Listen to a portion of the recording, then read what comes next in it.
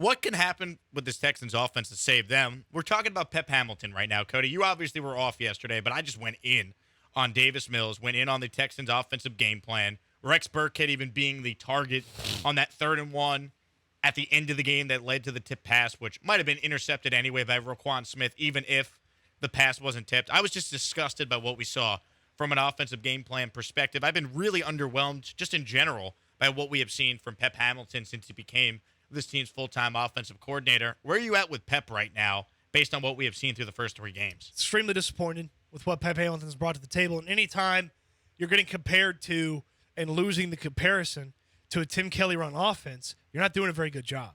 Now, there was a little bit better stuff from Pep Hamilton and Davis Mills on Sunday, but it's still not good enough. It's still not successful enough. And, Lovie Smith had a comment yesterday when he was talking about the game, and he said, well, we weren't successful on 3rd-and-1 in the game. Okay. You weren't successful. One of them was the interception at the end of the game. Well, you weren't successful because Davis Mills just couldn't pull the trigger on an open guy. Like, that's not a Pep Hamilton thing.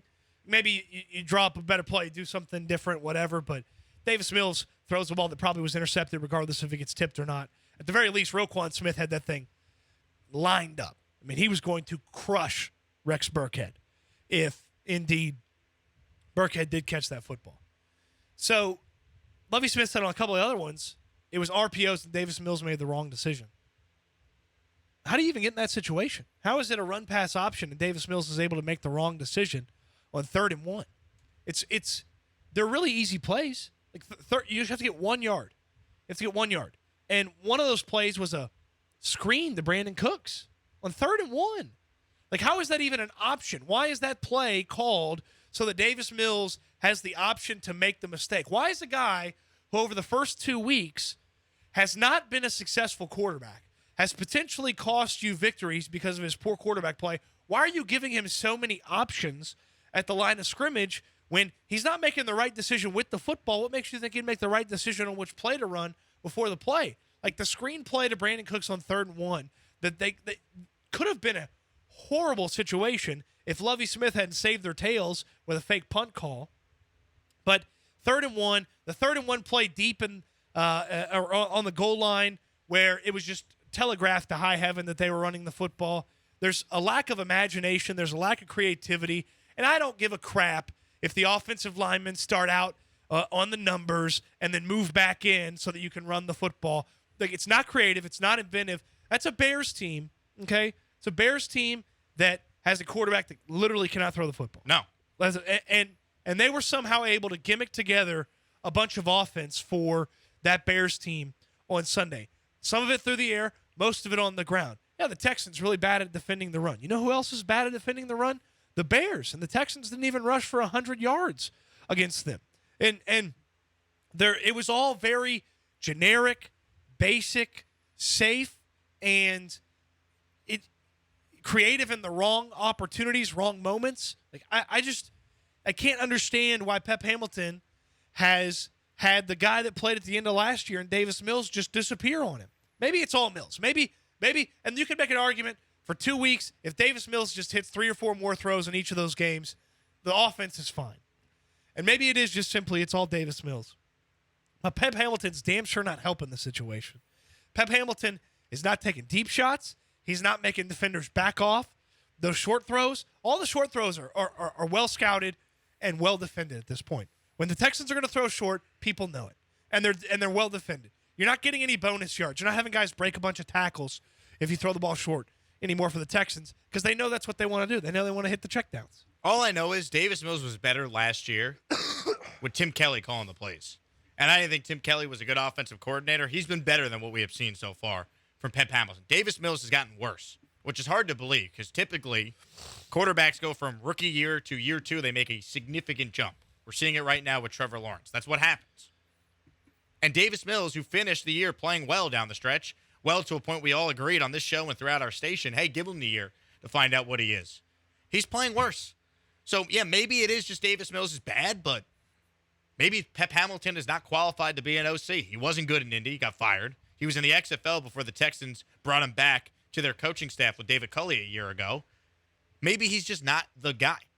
And I wonder, Cody, if this team is going to be drafting a quarterback in the first round, and I think right now, if I had to guess, they would be, do we really want Pep Hamilton to be the OC for Bryce Young or C.J. Stroud or Will Levis, whoever they end up with? I don't, based on what I've seen so far. So maybe Lovey's here next year because they don't want to fire another coach after just 1 year.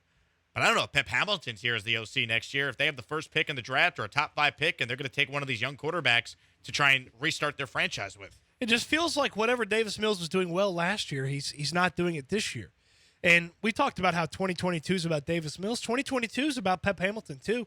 You got to have confidence in the offensive coordinator that he's the right guy to take care of your offense in 2023 and beyond. And through 3 games, I would say, no, I don't want that guy in charge of the offense in 2023. Now, it's going to be an easier bar to clear for Pep Hamilton than it is for Davis Mills to be the quarterback in 2023. It'd be easier for Pep to be the offensive coordinator next season than it will be for Mills to be the quarterback. But there's just some curious things that almost like what Davis Mills did well last year is not what Pep Hamilton does, so they're not going to do it.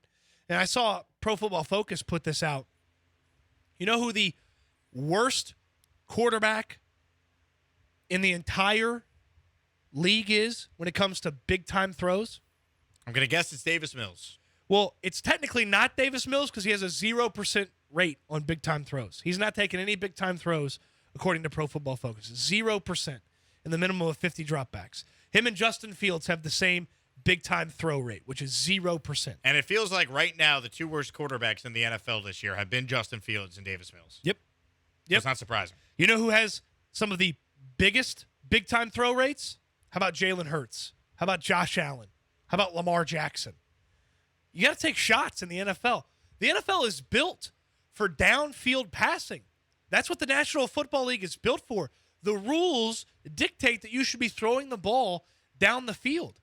And the Texans do not do that on a consistent basis. Another thing that I have a big issue with Pep Hamilton, how does Brandon Cooks only get 7 targets? Brandon Cooks should be getting double-digit targets. The ball should be getting in Brandon Cooks' hands. I don't care if it's short throws. I don't care if it's screens. I don't care if it's pop passes to Brandon Cooks. Brandon Cooks should not finish a game with 7 targets and 2 catches. That's not a recipe for success. That's the best player on this team, widely considered by all of us to be the best player on this team, and he's touching the ball 7 times? Rex Burkhead's going to get the same amount of touches overall in the course of a game as Brandon Cooks? That's unacceptable from Pep Hamilton. 713-780-ESPN. Your level of concern with Pep Hamilton through 3 games is, you let us know. I also didn't like this, Cody, from Lovie Smith. This was yesterday when he met with the media. This was Lovie Smith evaluating how Mills has played. We haven't made enough progress to win football games right now. But I thought Davis was, you take away the interceptions. I know we can't do that, but I thought his pocket presence was a lot better yesterday. He threw some good passes, a couple to Nico throughout. I thought he threw, better passes yesterday than he did the previous week. So here's the thing. You can't tell me at this stage in Davis Mills' development that we're going to point to the 1 or 2 good throws that he made in that game. Because, yeah, there were a couple of nice moments.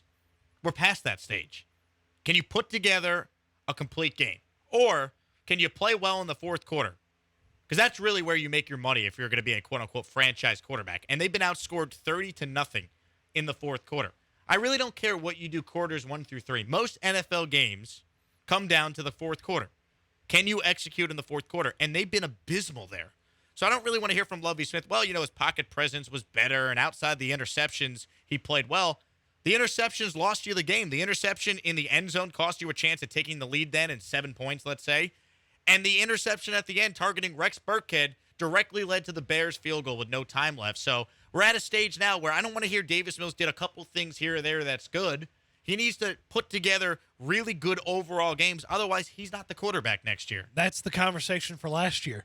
Oh, he had a couple of nice things when he's forced into action and he's still learning and growing and he's still playing early in his NFL career. Those are last year conversations.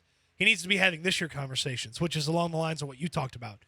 What he put together on Sunday wasn't good enough from the quarterback spot. You can't win with that. You can't win with what Davis Mills put together. He's got to make a few more throws. He's got to make better decisions with the football. And he can't make back-breaking decisions. I mean, he took at least 3 points off the board in the red zone, and then he put at least 3 points on the board for the Bears. Well, that's 6 points. Okay, well, you lost by 3. 6 points would have been a big difference. Okay, would have flipped things. And by the way, even if he doesn't throw the interception, What was your confidence level? He was going to get down into field goal range? Very little, considering up until that moment in time, they had yet to score any points in the fourth quarter in a game this season. The first 3 plays, let's pretend he completes the ball to Rex Burkhead and Roquan Smith tackles him. The first 3 plays took nearly a minute, and they would have moved like 12 yards. Like, that's not good enough. I think Davis Mills, I gave the stat yesterday. I don't have it up in front of me. I believe he has -1 passing yards in 2-minute situations. That includes the first or the second half. So 2-minute drill. I don't have his overall like stats in front of me, but I believe it's like 1 completion for -1 yards. That's bad. Out of like the 10 attempts he's had in the 2-minute offense. That's really bad. That's really bad. And he failed at the beginning, in the first half too. They got the ball back with just under 2 minutes. That's a couple of included in timeouts, and that was a bad that was a bad series. I mean, it was a dump off to Jordan Akins that ended up actually helping them because they burned a bunch of time because the next 2 plays they stunk and had to give the ball back to the Bears, and then the Bears took it into halftime. Say what you want about the situation that Lovie Smith's dealing with. Matt Eberflus has a worse roster and a worse quarterback, and he's got 2 victories. So, look, we can be critical of Pep. We can be critical of Davis Mills. Matt Eberflus is in an equally undesirable position. He's got 2 wins. Lovie's got 0. So some of this is on Lovie as much as it's on Pep Hamilton and Davis Mills too. Congratulations. You did it. You made it through another one of my videos. Look, if you're a Houston sports fan, what are you waiting for? Subscribe to my channel right now. Like this video. Plus, listen to the Wheelhouse, the show that you just watched on YouTube. You can listen to it on the radio every single weekday from 3 to 7 p.m. on ESPN 97.5 FM and 92.5 FM.